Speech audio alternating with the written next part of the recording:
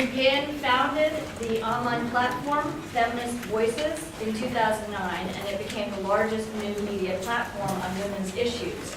Among many other issues, the website published legal critiques of a 2011 decision that ruled that marital property by default belongs to the person whose name is on the property, which of course is usually a man.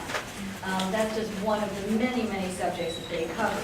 The website got shut down in the midst of a general crackdown in 2018. And when the Feminist Five got arrested in now I can hear it's working, thank you.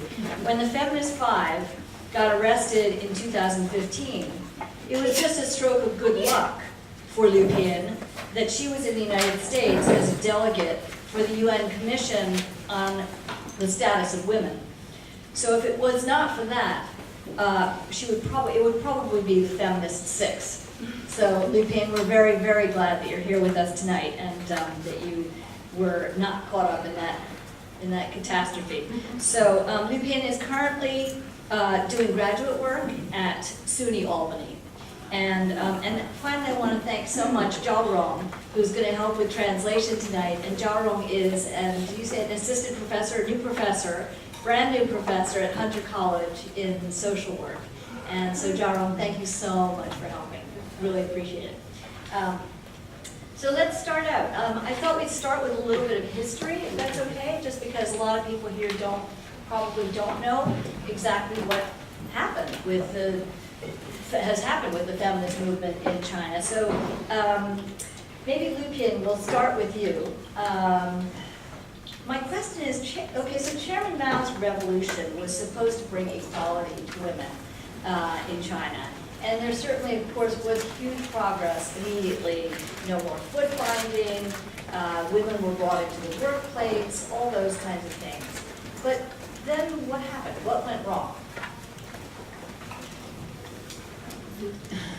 非常有意思的问题，但是我必须要坦白的说，就我在这个意义上都不是毛的粉丝。Very interesting question. In no sense, I'm a fan of Mao.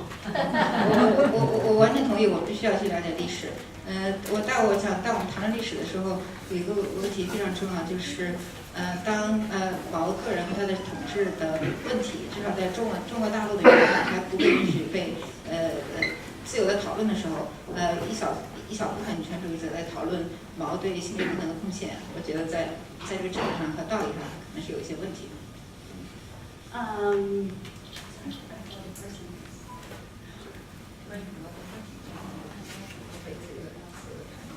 Okay, so because in China, we still don't have the freedom to discuss the problems of what Mao did and the Cultural Revolution, etc. everything. So I don't think it's appropriate for feminists to discuss the contribution of Mao to gender equality in China.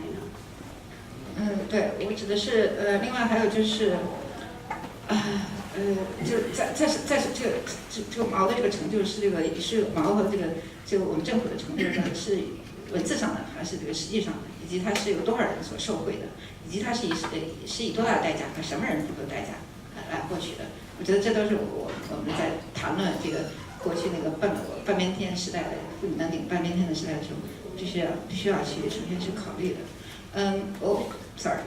So when we talk about the progress of gender equality in Mao era, we have to discuss first, is the gender equality on paper or in reality? And also, what are the costs of this gender equality? Yeah. 我觉得毛的遗产对我的体会最深的就是，中国的妇女始终有对性别平等的执念，这个是，这个我相信这是毛的，可能这是毛社会主义年代的遗产，而今天对我们。仍然重要，我指的不是任何制度或者其他方面。To me, the only legacy of Mao era is I got to see Chinese women's belief and their pursuit for gender equality. So tell us a little bit about how you became a feminist activist, and then we're going to ask Leta some questions. What's your story? 其实很多中国人的名字，它都背后都有一个跟性别有关的故事。我的名字在中文里面非常特殊。当我出生的时候，我是家里的第2个女孩，所以我的家里长辈给了我这个名字。我想他们欢迎我的出生，但如果是个男孩更好。后来我才意识到这就是我生命的密码。So many Chinese people's name, the reason why they were given the names is related to gender. It's something to do with the gender. The same for my name. My name is Pin. It means frequent, too frequent, because I am the second daughter of the family, and the family wants a boy. That's. 在我在20几岁，我做记者的时候，我参加了一个我当时的同事所组织的一个讨论会。我的同事问大家，你们怎么描述你们自己？我的回答是我是一个新闻工作者。我的同事的回答是我是一个女新闻工作者。那个时候我才意识到，为什么我没有意识到，其实我的这个女性的认同，我的女性的性别对我的个人经历，对我的事业，还有对我的社会理想来说，都可以是非常重要的一个资源。我那个时候没有认识。So when I was in my 20s, I attended a seminar organized by one of my co-workers, and I introduced myself as I am a journalist, but she introduced herself as I am a female journalist. So, but back then I wasn't aware how gender experience. My experience as a female leads to my current work. 我指的是女权主义者都有一个come out 的一个过程。Every feminist has a story of come out. So just to push a little bit more, just tell us a little bit more about what did you experience in terms of gender inequality that made you feel like you have to become more actively involved in this?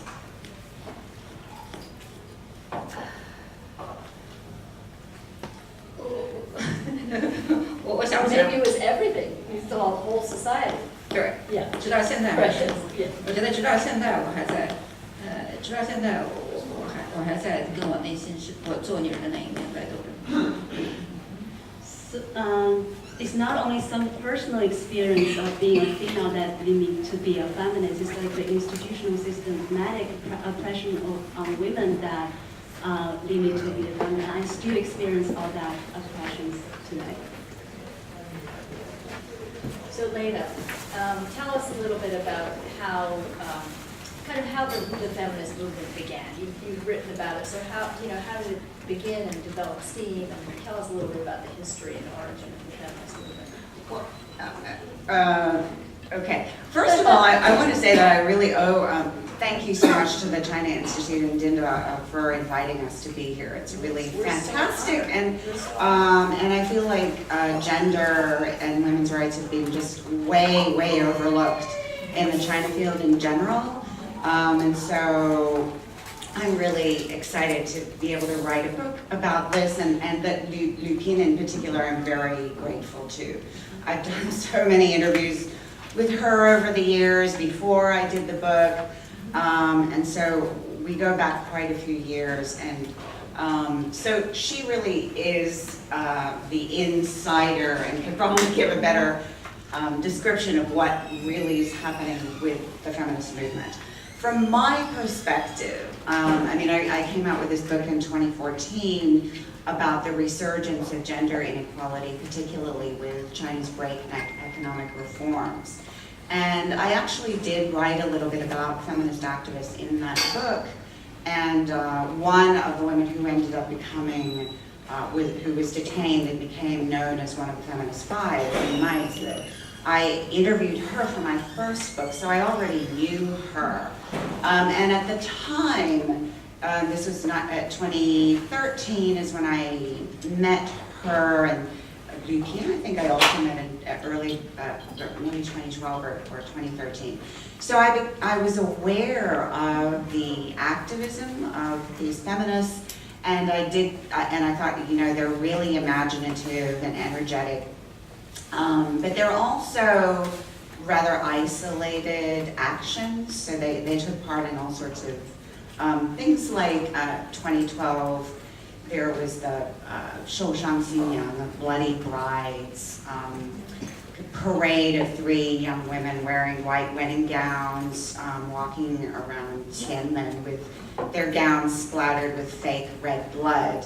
And it was a protest against the epidemic of domestic violence in China. So that was just one example of the kinds of quote-unquote performance art that these young feminists took part in. And Liu Ping was always a very important intellectual, a mentor to all of these women, and very heavily involved from the beginning, and also with her website, 女权之声, which became China's most influential feminist social media account. But I didn't see it as a real movement until the jailing of the Feminist Five in 2015. I really think that was a huge turning point. And it was so shocking to everybody because these young women were merely planning to celebrate International Women's Day by handing out stickers about sexual harassment on subways and buses. I mean, how much more innocuous could you get? And yet the police did a sweeping round of arrests in a number of different cities. And they actually arrested quite a lot of feminist activists to begin with. And then they ended up focusing on 5 of them and bringing the ones who were not in Beijing, bringing them all to Beijing and detaining them. And that's when they became known as the Feminist Five. And just to pick up on that, having read about this in your book, it sounds like it was a very dramatic event. I mean, it was bang, bang, bang on your door, and I don't remember the cities that they were in, but scattered around China, right? And then, as you say, they were transported to Beijing. It was a big deal, not just kind of, we were coming down to the police station. Yeah, and I mean, the Feminist Five actually lived in Beijing, Guangzhou, and Hangzhou, but then there were also arrests in other cities.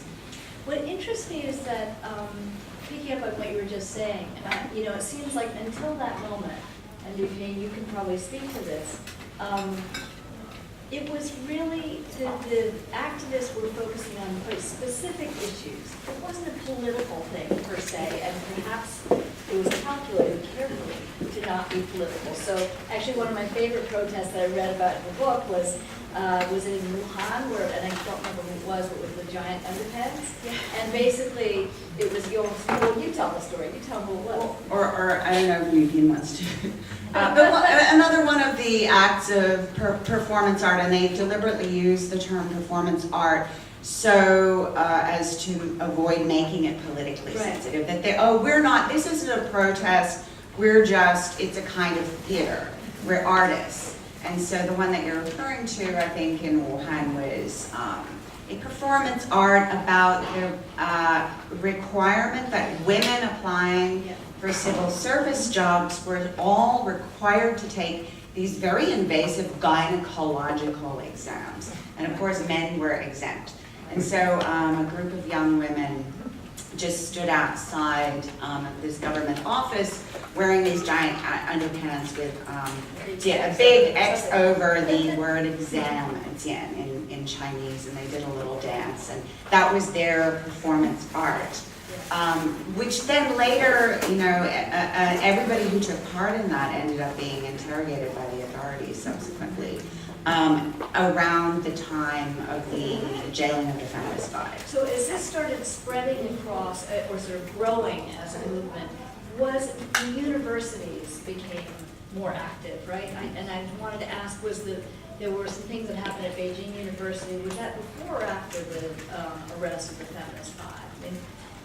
Well, Beijing University very recently, just a few months ago, was really involved in this Me Too activism. Yes. But so let's come to that in a minute. But this is going back when I think people were sort of writing Dazbao or whatever, and the university put some cameras up to kind of stop them from doing this, right?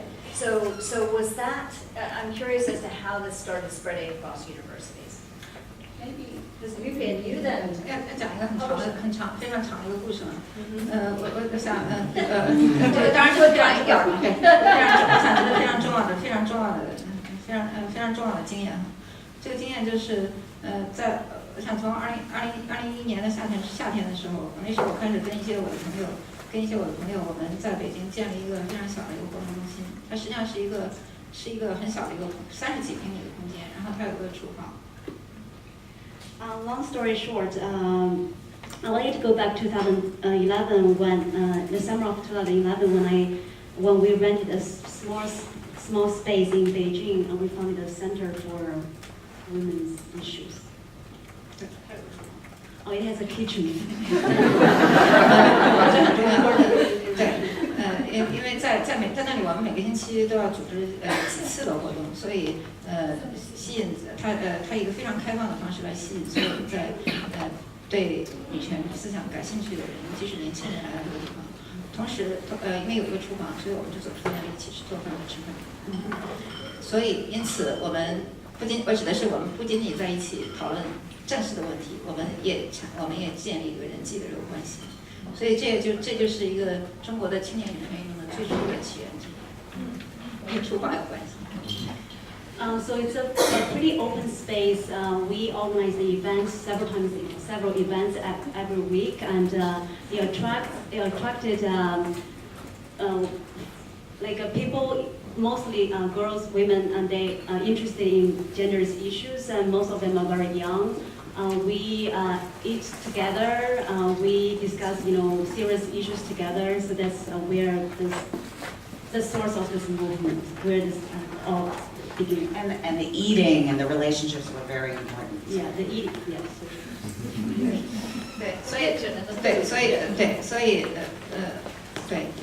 所以我们就是关于社会运动，我们一定要关心大家是否在一起吃饭，以及这个社会运动的垃圾，就是人们聚会的时候产生垃圾是如何被处理，这都很重要这两件事情。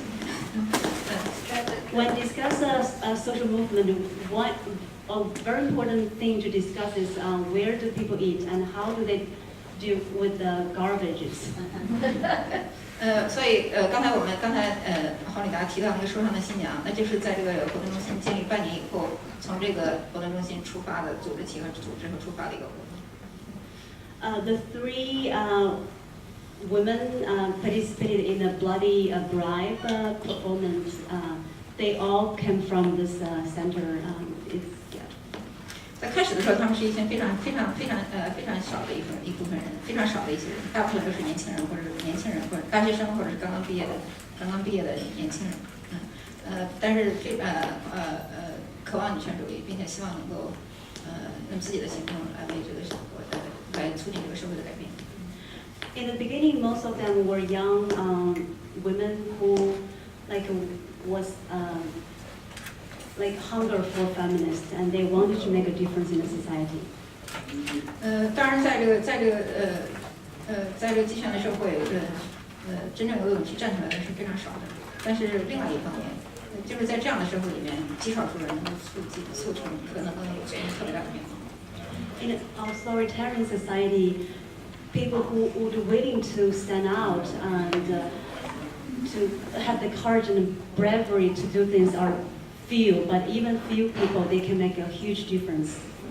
常用的比喻就是说，一滴水来滴进一个看似平静的一个油锅，它会炸出很多的，它会产生非常大的一个效应。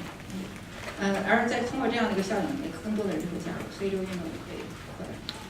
One metaphor that I like is it's like a drop of water drops into like a hot pot with oil, so it creates a big reaction and it can make waves.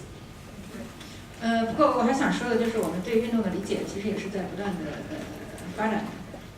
我就说，在2012年的时候，我们以为我们已经启动了一个青年主体的女权运动；在2015年，我们以为我们即将被消灭；但是在2018年，我的感觉是，其实我们的运动才刚刚开始。So along the way, our understanding of this movement changed or evolved. In the beginning, in 2012, we think that we formed a movement with young activists. In 2015, we thought that the government is suppressing the movement, it's going to be an end. And in 2018, now I think it's just the beginning of the movement. So Leta, talk a little bit about how sorry, about how the internet really helped the movement kind of grow and. Yeah, well, I mean, it's really incredible, especially for those of us working on China. You know, the internet is a huge force that everybody is always talking about. But in fact, Weibo, China's equivalent of Twitter, only got started in 2009, which is really very recent. And so, you know, there are people, so many people like Nick Christopher. All these pundits were predicting at the time that the internet is going to bring democracy to China, and there were all these hopes initially, and then there was a period that some people called the Weibo Spring, where they were so excited about this new way of communicating and sharing ideas. And Chinese work. I mean, Oh yeah, I'm Western switching over to, pundits, the Chinese were excited, you know, people outside were talking about potentially the democratizing influence. And so it's much more complicated than that. And of course, now we realize that the controls on the internet are incredibly sophisticated and draconian. The censorship is very, very heavy. But at the same time, it has been nonetheless a powerful force for certain social movements.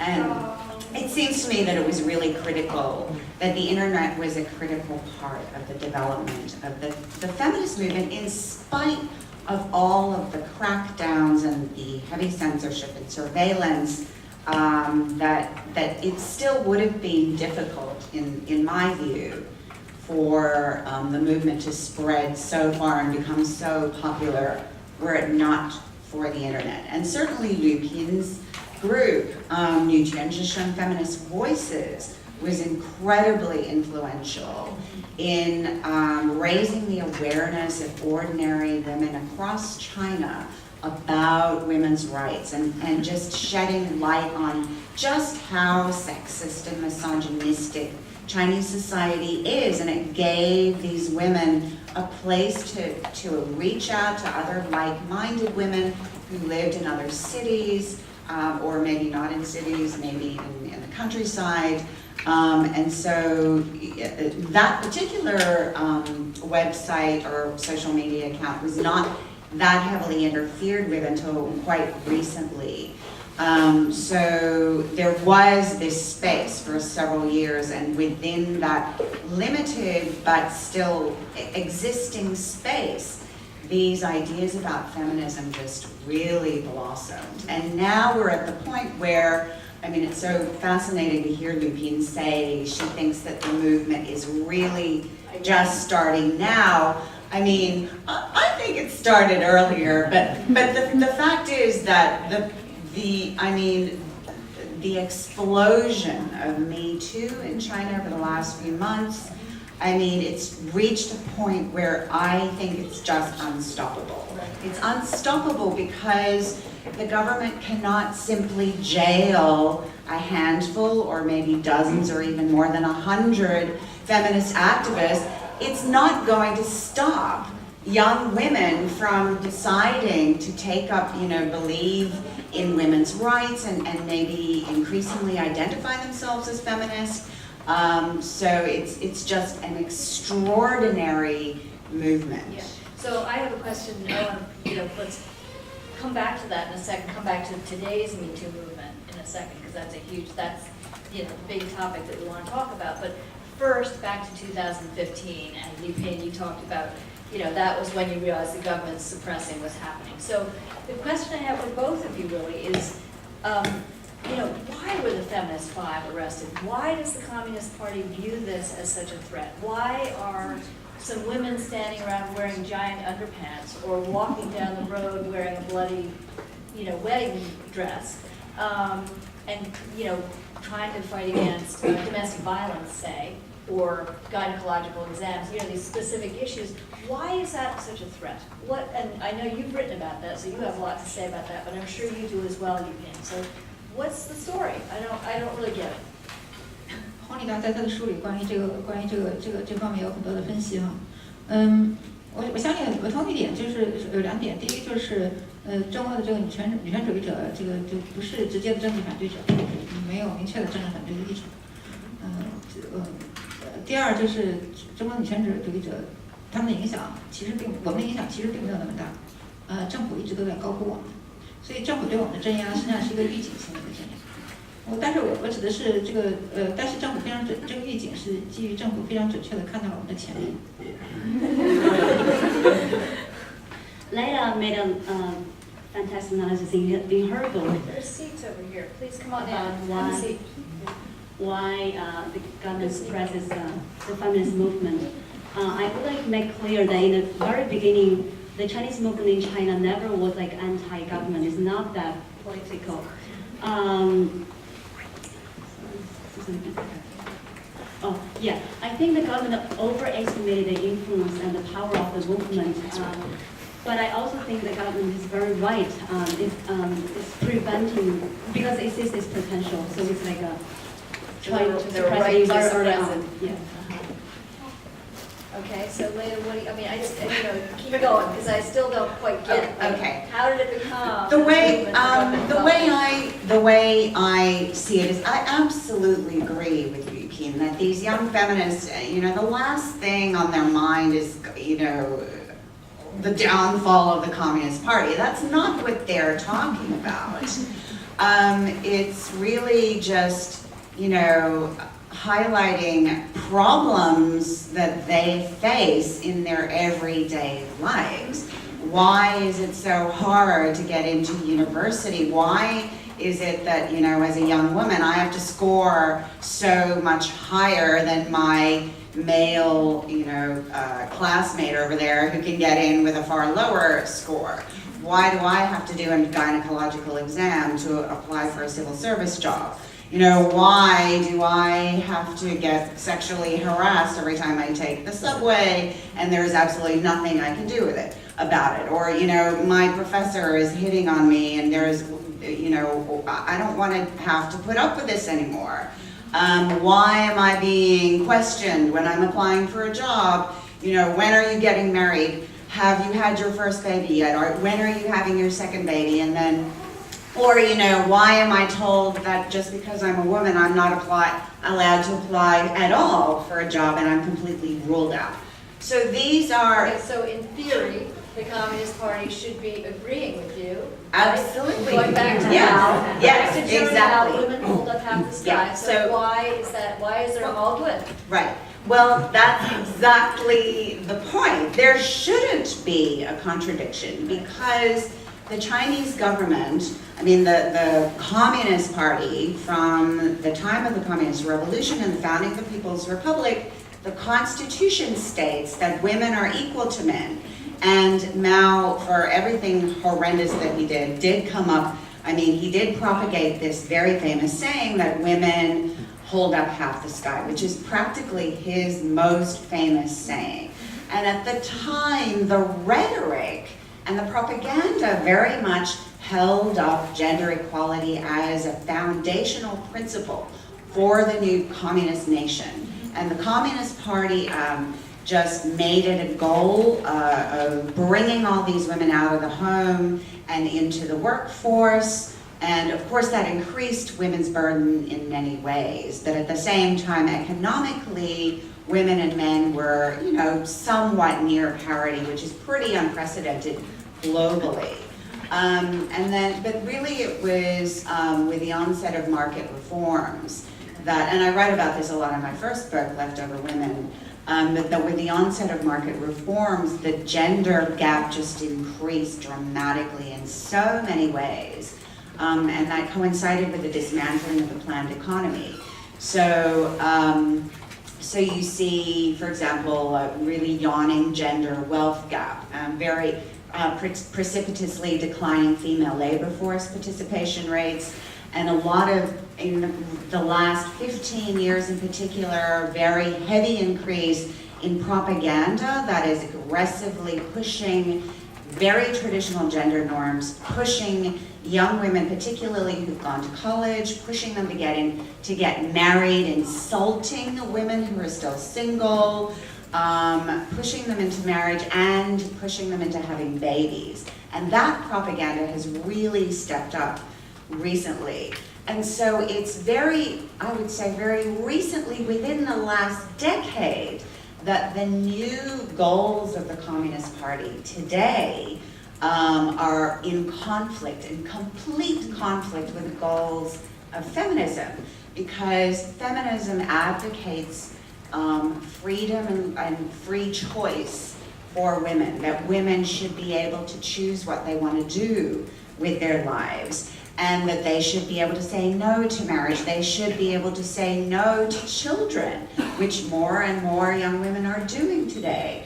And so I write about this a lot in the book, is that in so many ways the message of feminism that is so appealing to all these young women across China is in direct conflict with the goals of the Communist Party today. And we could get into the demographic problems with the collapsing birth rates, the severe aging of the population. And so you can also look at not just the propaganda, but also the changing population planning policies with the easing of the one-child policy.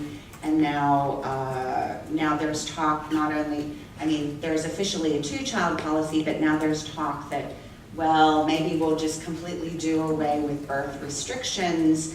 But accompanying that change is also an increase in propaganda, really trying to almost coerce women into having more babies, which is a complete turnaround from the last 35 plus years. So Yuqian, what is happening with your friends, the Feminist Five, who are still in China? So, and then we'll come to what's happening today with the movement, but you know, they're free, right? They're not in jail, but is their life restricted in any way? What's happening with them, and you know, what kind of work are they continuing to do in terms of the feminist movement? 我想说就是我们这五姐妹是那个是作为这个青年女权运动的代表，这个被打击的这个案件并不会针对他们。也是因为但是因为我完全同意，因为他们的遭遇，他成为这个运动的代言人和领袖。I would like to say that Feminist Five, they weren't specifically targeted. They were targeted as representatives of the feminist movement activists. 在经过最艰难之后，经过一个最艰难的时光之后，最艰难的时间之后，他们也经历了一个转移和调整。非常高兴，在3年之后，就我们相互之间的紧密的友谊和对女权主义的忠诚没有改变。而且我非常高兴，他们都建立了自己的新的基地，让人可以和我们一起工作。After going through a really difficult time, I'm very glad that most of them have moved on to their new path, I think.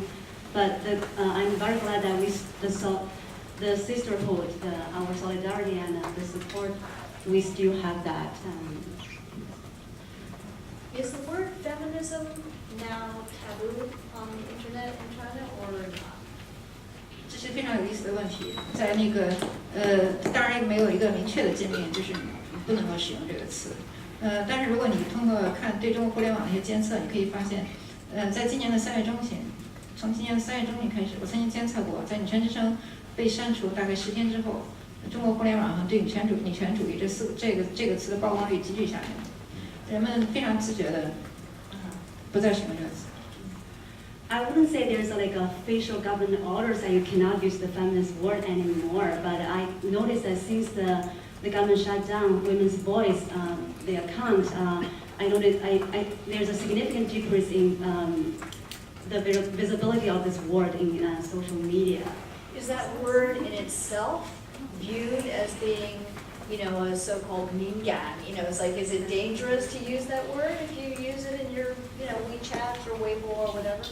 我相信就是并非是这个词本身敏感，而这个词背后所指的这些人和他们的活动方式来遭到一些政治性的抹黑，并且就是跟一些惯用的一些政治黑话联系在一起了，比如说这个西方反动势力等等。I don't think it's the word itself being sensitive. It's the way people behind these words are, the way they are stigmatized and they are associated with all those political stigmas, like how do you translate Just this? smear. Like 西方反正是 how to translate Oh, hostile Western. Yeah, hostile Western force. Yeah. Right. Oh, that, the hostile Western forces, right, that is, you're somehow in that camp. 我指的是就是所以今天人们会把这个词稀释一下，比如说人们不会再说女权，人们会说这个女性平权，在中文里面这感觉和缓很多。People would intentionally soften the word. They don't use feminism. Feminists, they use like a gender equality, which is less sensitive, less threatening. Yeah, can I just add another thing, which is that, when I was looking just at news reports about feminism in general in China, that I noticed the People's Daily in 2017 was reporting on a senior official from the All China Women's Federation warning about how the so-called Western hostile forces were trying to infiltrate China's own internal management of women's affairs. And so the head or the vice president of the All China Women's Federation, which is really a part of the Chinese government, was sending the message to all members of the Women's Federation to not align themselves with that feminism camp. And so so the whole discourse officially is that we have our own, we already liberated women with the Communist Revolution. 男女平等. Women and men are equal, and we liberated women, end of story. You're already equal, so you don't need to agitate anymore, and definitely don't use the term 女权主义 within the government. So that term, in terms of the censorship, it's not at all a hard and fast rule, but the term itself is quite stigmatized.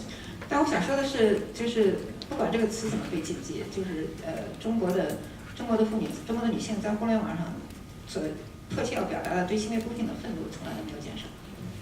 I like to say that no matter how sensitive or stigmatized the word, the feminist word, there's not a decrease in Chinese women's their need to express their anger toward the whole patriarchy system and oppression on women. So let's turn to today and talk about something that's really very exciting, which is... Can I add something? Yeah, please. I think the question why the government arrested Feminist 5, why they find them threatening students isn't answered. Can I please share my view? I think it's because to maintain authoritarian, to maintain the system, the government really don't want any person, any citizen from the society to have the awareness of rights. They don't want you to realize that you have the power. You can organize. So what they really fear is the mobilizing, the community organizing.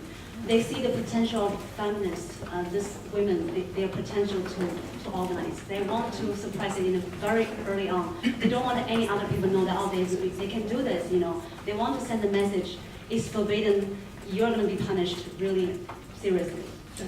所以因为赵荣也是这个事件的间接的亲历者，我们都是朋友。我想延续赵荣说的，就是一个关于刚才您提到一个问题。跟您刚才提到的问题有关，好像就是中国政府在不断的宣传男女平等。其实这牵扯到一个什么观念，就是这个 agenda 议程。这个男女平等是象征性的议程，它是个不被兑换的支票。我指的是，就是当然如果我们要求兑换这张支票，我们要求把象征性的议程变成实际性的议程，要求对这个性别不平等进行这个问责，并且要求国家负起责任和投入资源的时候，你会看到就是我们的国家会感到是感到恐惧和被威胁的。I would like to emphasize that the Chinese government always promote gender equality. I want to emphasize that's on paper. That's just an image. I want to say that it's never is in never is what they are doing. So we want to hold them accountable. That's why we have to hold them accountable. That's why we are doing this. 其实像就是这个中国可能是性别不平等的，但是性别不平等的问题是由什么人造成的？在什么时候可以什么样？在什么程度什么时候在什么时候可以以什么资源被解决？这个好像只能是由政府来决定。如果一旦女性希望能够对希望对这方面的这个议程来做出自己的，希望由自己来决定还是发起，这就触犯到了一个关键的问题，就是这个权利。国家不希望社会来组织自己，不解决自己的问题。To address the issue of gender inequality, the Chinese government attitude is like only the government can decide the ways and to address the ways and the causes, the expense to address this issue. They don't want the society to organize by themselves and have their own ways to solve this problem. Yeah, but we have the power and we. And I just, on the topic of the Feminist Five again, another important thing I think is that it's just so ironic that the government thought that in jailing 5 young women in 2015 they would be able to nip the problem in the bud, which is what they always try to do with any kind of grassroots organization that might potentially in the long term pose some kind of political threat or opposition. But rather than nipping the problem in the bud, they really started this huge wildfire. I mean, it just made so many people angry and really galvanized, not just the feminist community, but galvanized so many other people who had no interest in feminism before, but then realized, wait a minute, maybe these young women are, actually, maybe they're not so silly after all. And so, 我想说，但是这并非是这个国家和这个极少数女权主义行动者之间的问题，这是这个国家和这个女性群体之间的矛盾的问题。而且我想，这个矛盾它是实际上是刚性的，因为如果国家不拿出足够多的资源和责任来解决女性的问题的话，那么女性的愤怒是不会消失的。但是 I would like to say that the problem that we're having here is not between the government and the feminist, activists. It's between the state and the whole women's population, the half of the population. And if we don't solve the problem of gender inequality, we don't solve the issues that the whole women's population faces, we're not going to solve. 我指的是这个矛盾是刚性的是什么？首先就是说我们的国家缺乏政治意愿来解决妇女的问题。其次，就父权制对妇女的每一次让步都会引起父权制的进一步的危机。所以，可能国家也无法让步，基于它的统治属性。我指的是，这就是女权运动的危机和它的前途所在。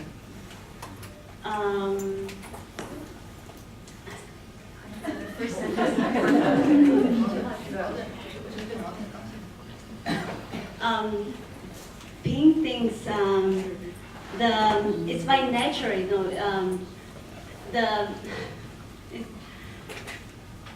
I apologize, I totally forgot. The most important. Or the more that there really is no way for the Chinese. This is a problem not created by feminist activists.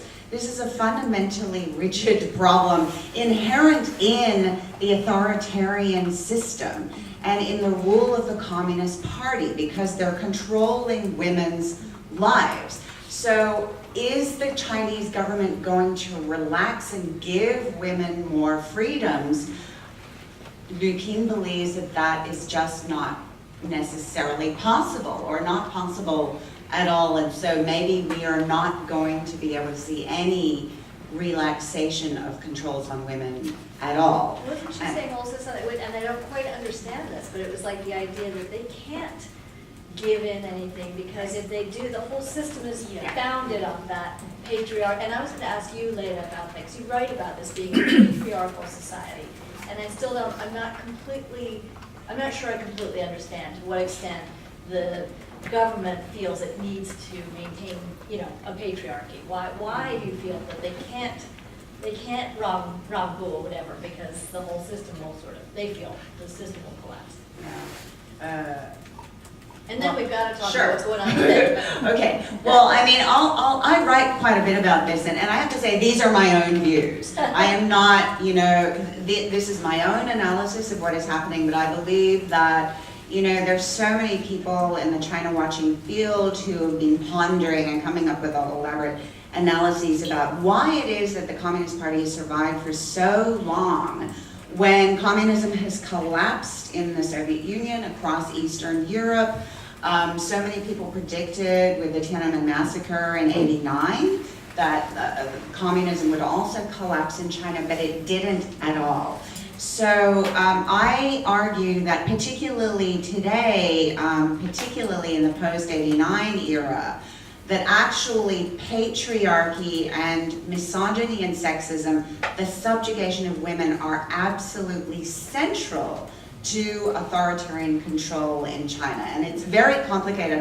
I kind of detail it in the book, Yeah. but some of the ways in which the party does this, and it's been doing this long before Xi Jinping, but particularly under Xi Jinping, all of these attempts to push traditional womanly virtues according to traditional Chinese culture, pushing women to return to the home, to become the dutiful wife and mother. That is the rightful role of women in society. That constitutes a harmonious family based on heterosexual marriage that produces a child, and now more than one child. So women, their role is to tend to the family, to take care of the children, to rear the children, take care of the elderly, and that way you've got the patriarch Xi Jinping, whose personality cult is in many ways very hyper-masculine, that he is presiding over this nation state which is like a family. And in fact, that's literally what the People's Daily said in one of the articles that I was analyzing, is that they talk about 国家, nation state, but there's the word 家, which means family.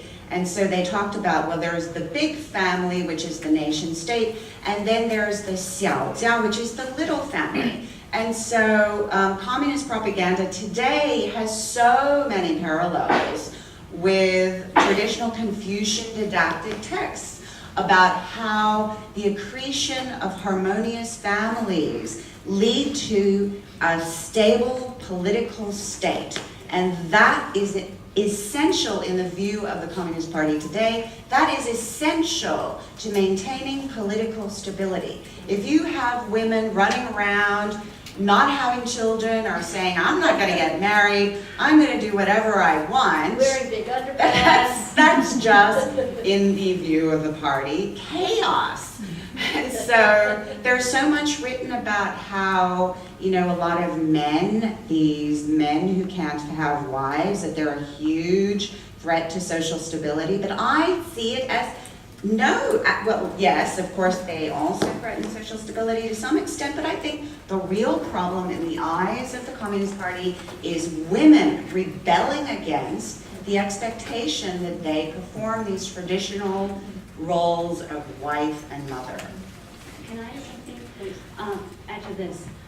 So if we consider like the whole Communist Party's whole agenda, like the rise of this nation, you know, China's dream, and also to address like the top social problems, like, you know, it all rely on women's sacrifices. There's literally no daycare in China, and now the discourse is talking about like the population crisis. They want every family has to have more children, and then who is going to take care of them when the population is aging? So women is going to be the one who take care of all this and do this for free. So that's the solution to the state, you know, to sacrifice of women is so important to the whole thing.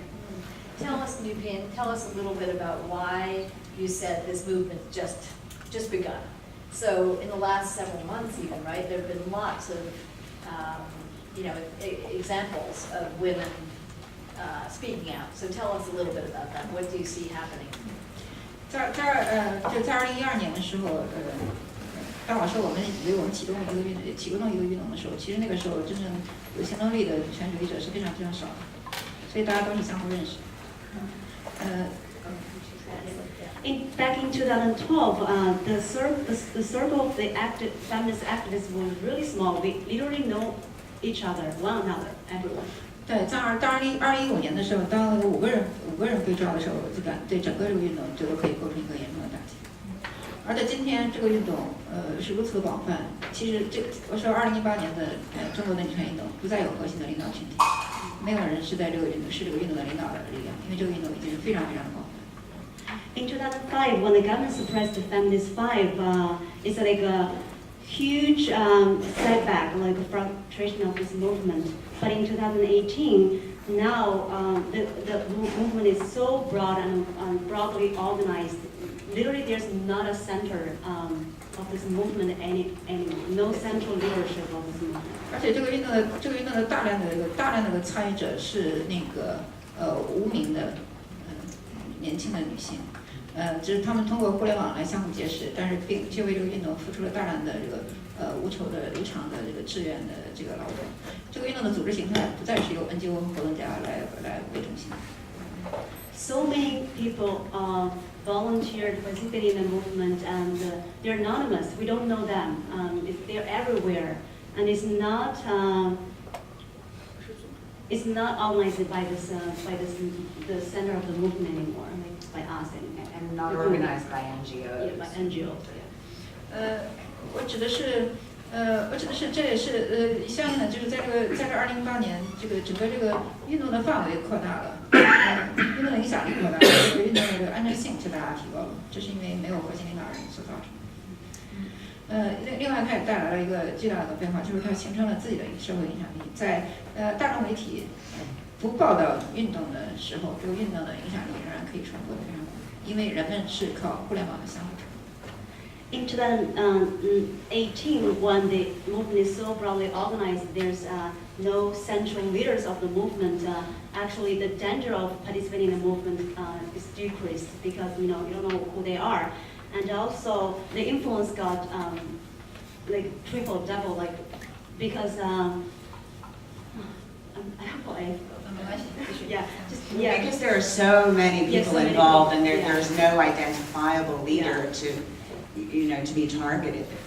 Yeah, and even when the most mainstream media doesn't report this movement at all, still like there are so many people like forwarding, sharing in social media. So the influence is like enormous, even though no mainstream media is covering it.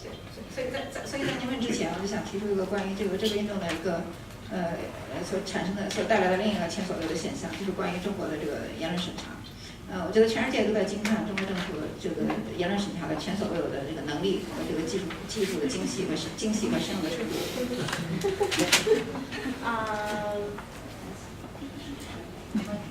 So it also challenged China's censorship because the whole world is amazed by the sophistication of Chinese government's, ability to censor speech. 但是在2018年，在中国女权运动中，我们所看到的却是，人们就在这样的一种高压的无所不在的，好像具有强大能力的审查的面前，就人们仍然能够反抗它，而且人们还能够成功的反抗它。这对不是中国政府的审查是一个奇迹，是人们的反抗，完全可以创造一个新的奇迹。这是前所未有之事。In 2018. People find that given the heavy and powerful censorship, we still can stand against this, government's censorship, and people see their power in, 所以我们又 see their own power, their own power in against the government's yeah. attempts at censorship. 对，所以我指的是，就是我们有的是什么？就是我们有的就是人。很多的人们的愤怒，以及每个人所做的一点点事情。这个一点点事情，就是人们不断的在网上重新发布被删除的帖子，直到所有的人都看到为止。What do we have? What do we left? What we have is the people, many peoples, and they're everywhere, and they do little things, and they post their the articles, they post the message even after they post it again and again. So then it becomes like a huge power. And it's the anger of the people. Yeah, the anger of these people. So Leta, can you help us out, just walk through a little bit of sort of the stuff that's been happening? So the accusations against journalists and accusations against business people, just a little sense of what, Sure. Well, I mean, Me Too, of course, is a huge global phenomenon which really kind of began to go viral in the U.S.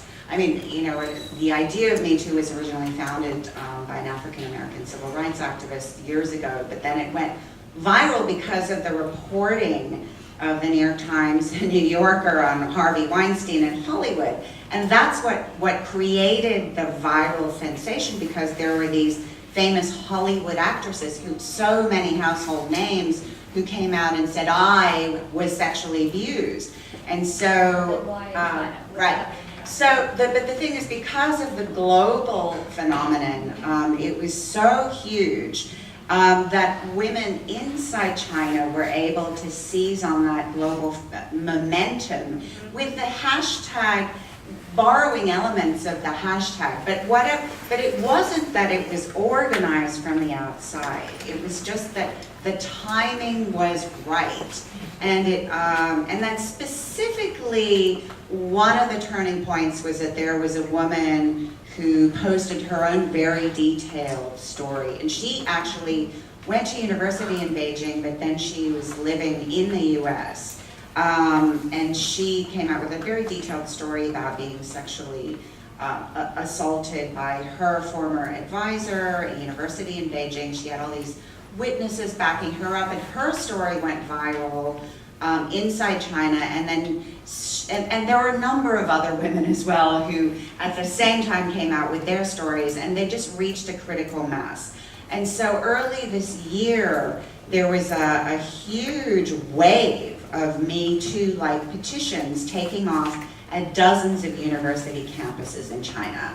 And it wasn't just young women taking part and signing their real names. There were also young men getting involved, which to me is so interesting, because Me Too outside China doesn't involve a hell of a lot of men, but actually there are quite a few young men taking part in the movement in China. So you can really talk about the young people's energy and passion. And so originally it was focused on university campuses with students and alumni. Some of the alumni or students were abroad, and that kind of speaks to the importance of global connectivity. But most of them were really inside China.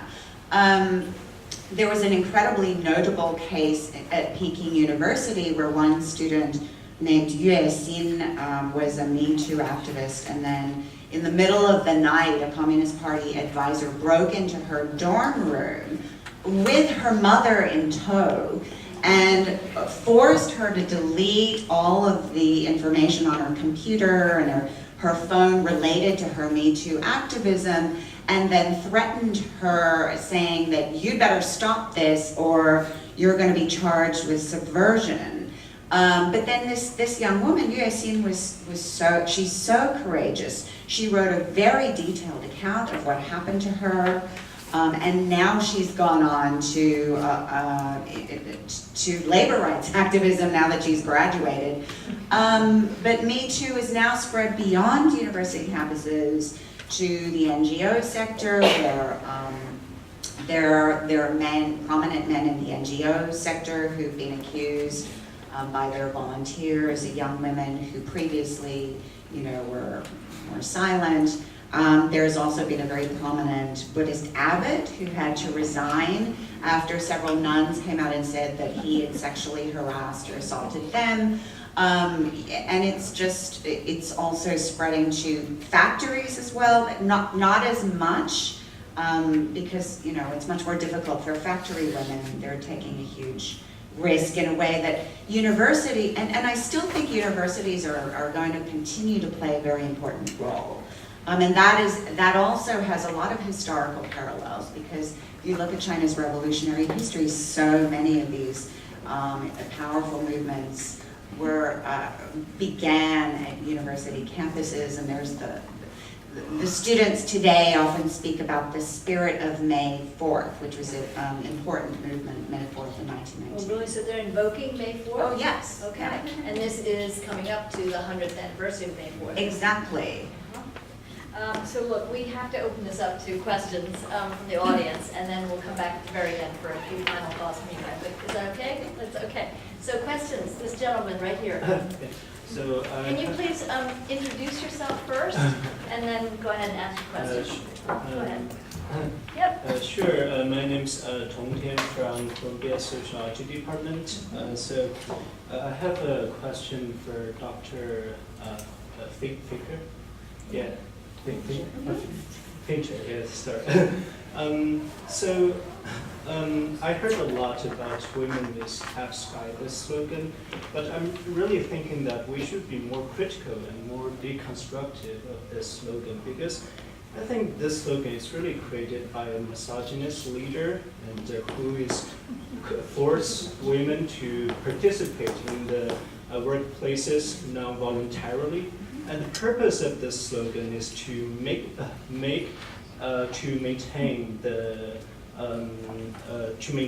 the patriarchal social order. Do you have a question? Oh yeah, We have very little time. So that's why I'm thinking about whether we should be more critical of the slogan "Women is half sky." Yeah, and I think that, Liu Hin as well, she began by saying that she's not a fan of Mao and that he didn't do anything for women. So I absolutely agree. There are so many, but I do think that we also have to recognize that at least economically, there were some advantages for women in those days, that as much as they had to assume a double burden of working in factories or in the field, and then taking care of the children and housework at the home, there definitely were women who were glad to be able to be released from the confines of the home, and just economically there was much more gender parity.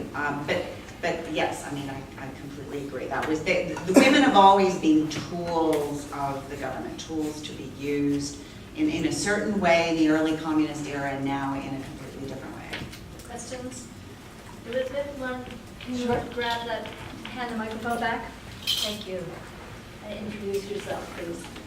Hi, I'm Elizabeth Knupp, and I run the Ford Foundation office in Beijing. And so I just wanted to ask a question. We're talking about a feminist movement that's kind of starting now, but there's also a precursor to today's feminist movement, which would have been the feminist movement starting in the 1990s, after the Women's Conference and the earliest NGOs and sort of the so-called founding mothers of the feminist movement in China. So I'm wondering, how do you see any links between sort of the 1990s, 2000s era feminists and today's, and do they work together, and what's the kind of historical connection between the two, if any? Can I just make a quick point, because that's a really good question, but feminism certainly didn't just start in the 1990s, and feminism has been so important in China's history, going all the way back to at least the turn of the 20th century. And I have to just give a shout out to Professor Rebecca Carl here, who's done some fabulous writing about that topic with just one example, The Birth of Chinese Feminism, which is such a fabulous book. So there are all these different ways in which feminism and women, played a critical role in China's revolutionary history in so many ways. And so the 1990s as well. So maybe you will talk about it. 从另外一个角度，就是可能就是你看，就是我是1995年那个世界妇女大会的参与者，我可能是参与那个会议的中国的妇女活动家里面最年轻的一个。当时我是一个22岁的记者，所以我这个记录。I would like to speak to this from a different perspective. Back to 1995, I actually was a part of this conference. I was one of the journalists. I was actually the youngest one in this, journalists on this women's issues. 但是我这并不情愿来谈这更多的这个联系，这是因为我可能是因为这是我自己的一个是我的一个政治性的选择，就我希望在这个有任何机会来讨论今天的女权运动的时候，把更多的主体的光荣给今天站在最前沿的年轻一代，而且我不认为他们跟比较资深的比较资深的妇女活动参加之间存在代际继承关系，我比较直接。I actually am reluctant to say that there's a link between this conference and today's feminist movement. This is a political stand I take because I want to honor this young feminist activists, and I don't think there's a generational relationship between this young activist and the older generation of the feminists. 我指的是，如果没有对早先的运动策略的不满，就不会有新的运动。新的运动是对在早先的运动的批判之上产生的。If we weren't dissatisfied and critical about the old movement, there wouldn't be this new movement, created. 我指的是什么呢？就是说，前两天我的一个朋友说了一句话，我觉得特别有意思，就是说，有的时候中国人维权都按照党所画的圈子在维权。A friend had a really good saying a couple of days ago. Said when Chinese people like fighting for their rights, they even do it in the way that the Communist Party wants them to do. The way that 这就是我对我自己曾经亲身参与过的早期当代中国妇女运动的一个反思，就是我们是在一个我们没有一个明确的，没有一个非常自主的一个主体性，没有超出在当时有政府所设定的一个体制的一个框架。而恰恰就是因为走出了某一个框框，青年女权运动才能取得这么多的成功。This is my critique of the feminist movement of the work of the older generation because the work was done within the system, like was done in the way of the safe way of doing this work, and I think this new movement was a come out or like just come out from this is as a criticism of this old movement is different, yeah. 但是我想，我当然尊重上一代人的工作，我指的是这个知识的传承还是存在的，但是这个资源和策略方面，就非常少了，因为这个运动本身也没有资源给别人，这个策略是非常不一样的。I definitely respect the work of the efforts and work done by this older generation feminists, and there definitely is they definitely in heart share the knowledge about this gender issues, but there's no strategy and resources shared by this older generation feminists. We have time for maybe 2 or 3 more questions. So how about this young lady right there? Hi, my name is Yuan Yuan. I'm an artist from Beijing doing a fellowship program in New York. I have a question. In April, there was a whole series of censorship relating to animation and video of LGBT-themed content. I'm curious, what's the relationship between feminist movement and queer-related movements? Like, what's the two groups work together in a sense? Regard to what happened in April? 对同志运动的打击和这个后来的一度放松嘛，其实它这个是一个试探性的信号，它是一个整个中国社会在一步步的压缩的一个表现之一嘛。至于就运动层面来说，这两个运动曾经是有非常多的密切。但是我必须要说，今天随着这个两个运动都在发展，这两个运动后来的这个遭遇是不是特别一样的？因为这个女权运动女权运动从2015年以后，它带上了很多的犯罪化的色彩。这个是对，它已经从原来的一个可以公开灰色的地带，到了今天就被划入这个禁雷区的这个范围。而同志运动现在还尚未进入这个阶段。而这个In the beginning, the LGBT movement and the feminist movement were pretty close to each other. But later, as the movement evolves, I think what the government treated the two movements, the strategy differs. Like in the beginning, feminist movement was in a gray area. Now it's like criminalized. But I don't think that already has happened to LGBT movement. 我指的是这两个就是一体理念当然是有相通的，但是这个社会运动的组织、这个领导、策略、资源这个方面，越来越各自发展。The two movements definitely share values, but I don't think they share much of the strategies, resources. I don't think so. As they develop. More questions? In the back. Xiaowen, can you introduce yourself, please?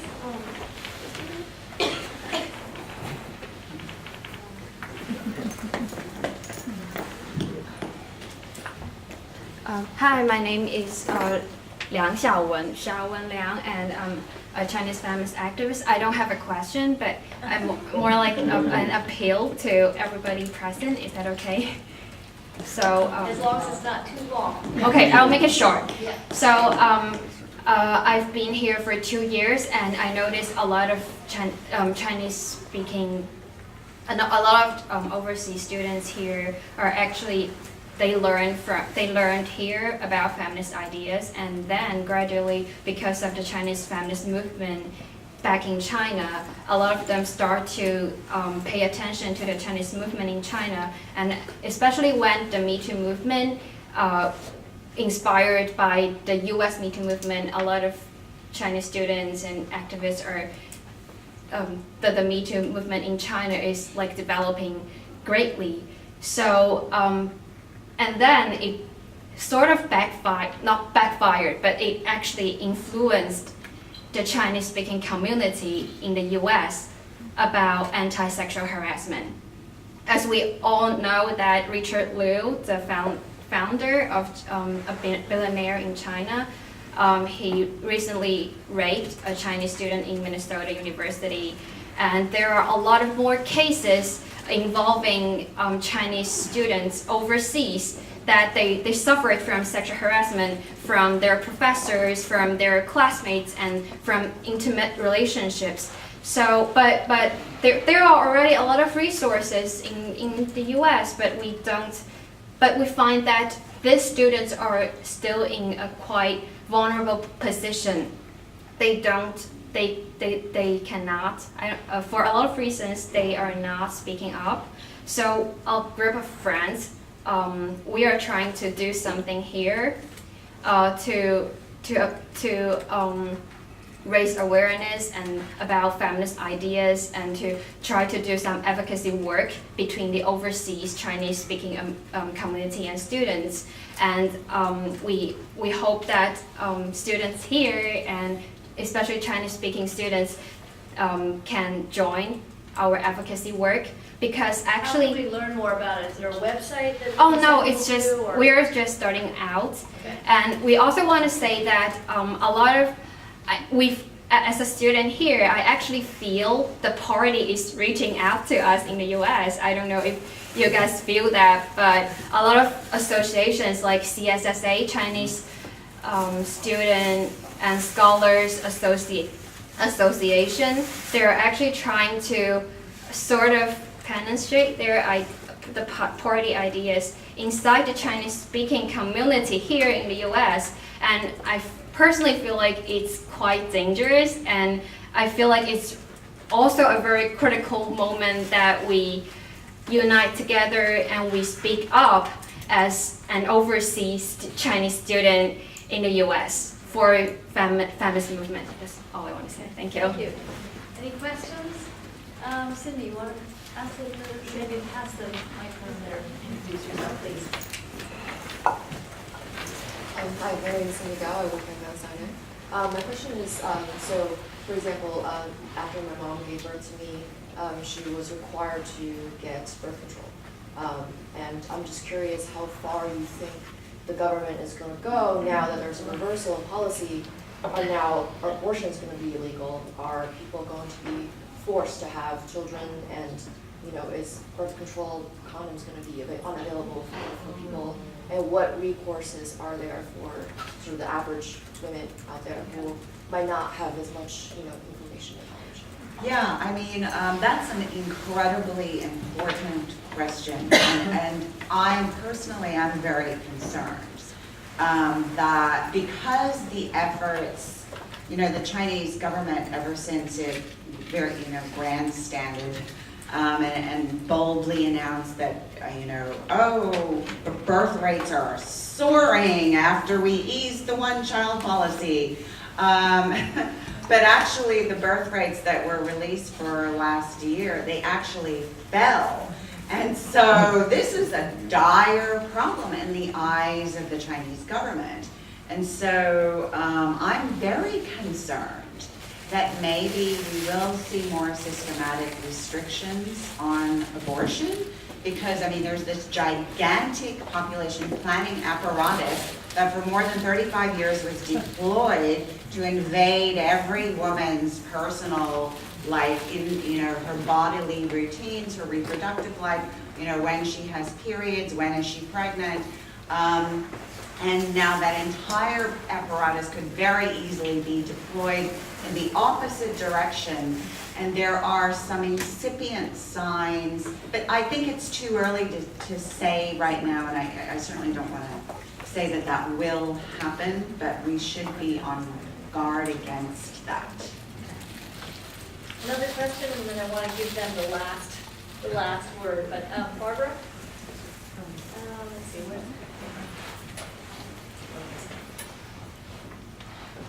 Hi, I'm Barbara Demick. I'm a reporter with the LA Times. This question was for Leta. You mentioned earlier that with the coming of market reforms, wage inequality grew. And maybe you could elaborate on that.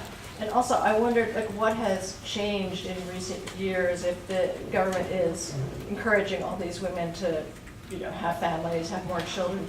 Do they not need female labor the same way? What happens to all these factory girls in southern China? This is the question that,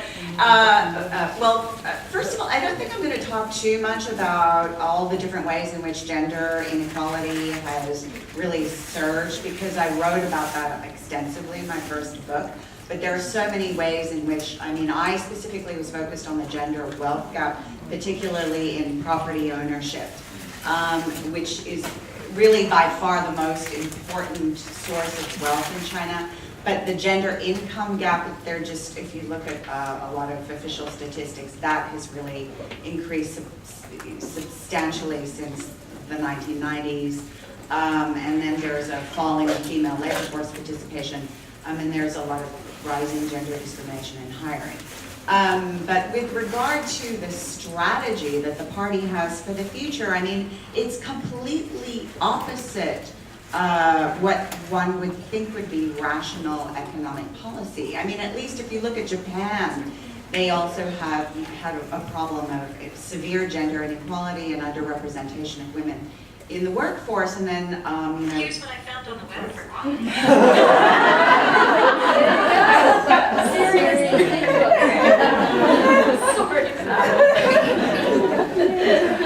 but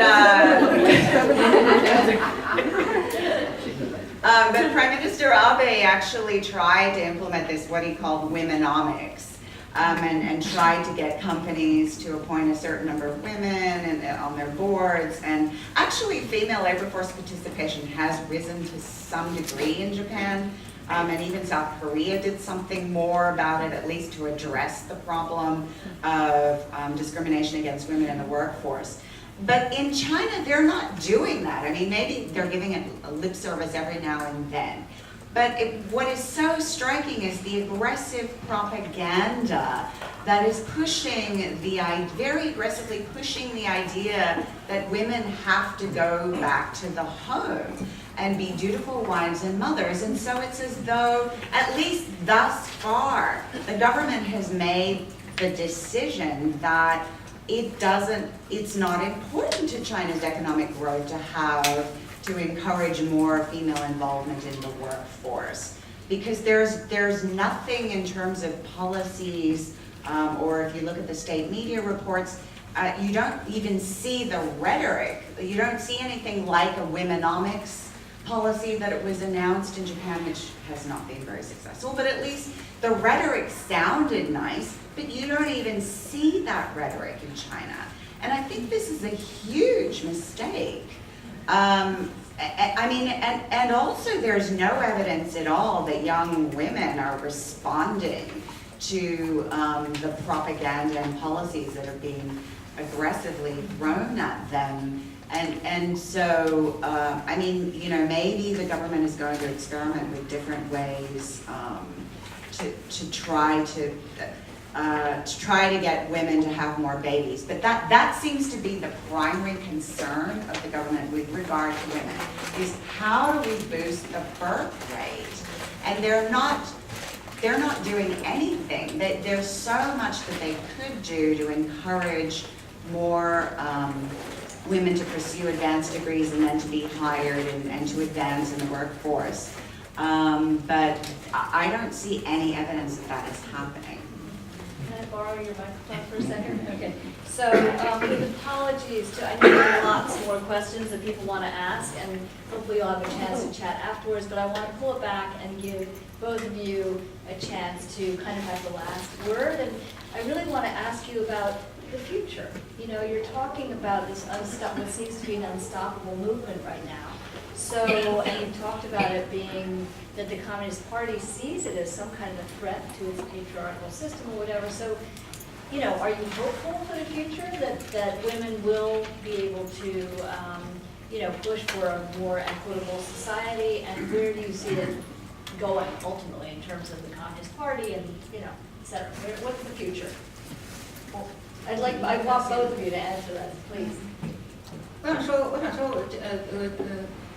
我非常同意黄义达在那本书里的观点，就是中国这个女权运动的这个价值远远没有被很多人都意识到。所以就是我们这个今天这个运动的证明的是什么？不仅是证明了这个女人的愤怒能够产生多大的力量，而且还能够证明女人的愤怒、女人的能量，它意味着我们这个社会它不会被窒息而死。I totally agree with what's being said in Leta's book, that the value of the Chinese feminist movement wasn't recognized by the whole society, and but I think the power and the anger of women, the women population, is not going to be suffocated by the suppression. 我们的所有的斗争，既是为了所有的女人自己，我指的是为了我们整个国家，不让我们这个国家变得更坏，而且还要，这本身就是一个成就，在今天。然后在这基础上，让我们的国家变得更好。我指的是在这个前提下，一切能够使我们的社会能够证明我们这个社会还在活动、在呼吸的力量，女人就是女人的力量，就是这珍贵的。I want to say that our effort is not only for women; it's also for the interest of the nation.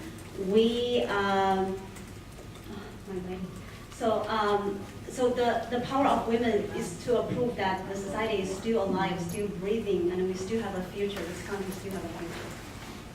Yeah, and I mean, I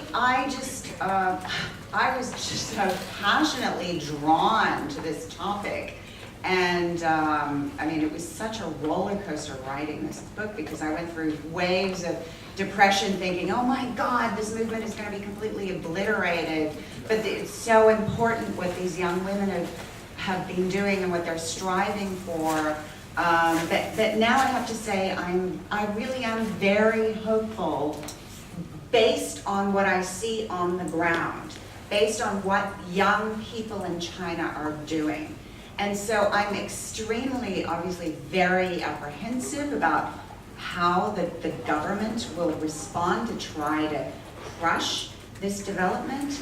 But I don't think it is really stoppable. And so, I mean, I do want to say as well, it's so interesting to me to see the numbers of young men who are also beginning to join in the women's rights movement in China, because you do not see that in the US. I mean, here with Me Too, it's just so I mean, the gender gap is just so ridiculous. All these, it's almost all women speaking out about Me Too, and the men are just standing by and saying, oh my God, I could be next. But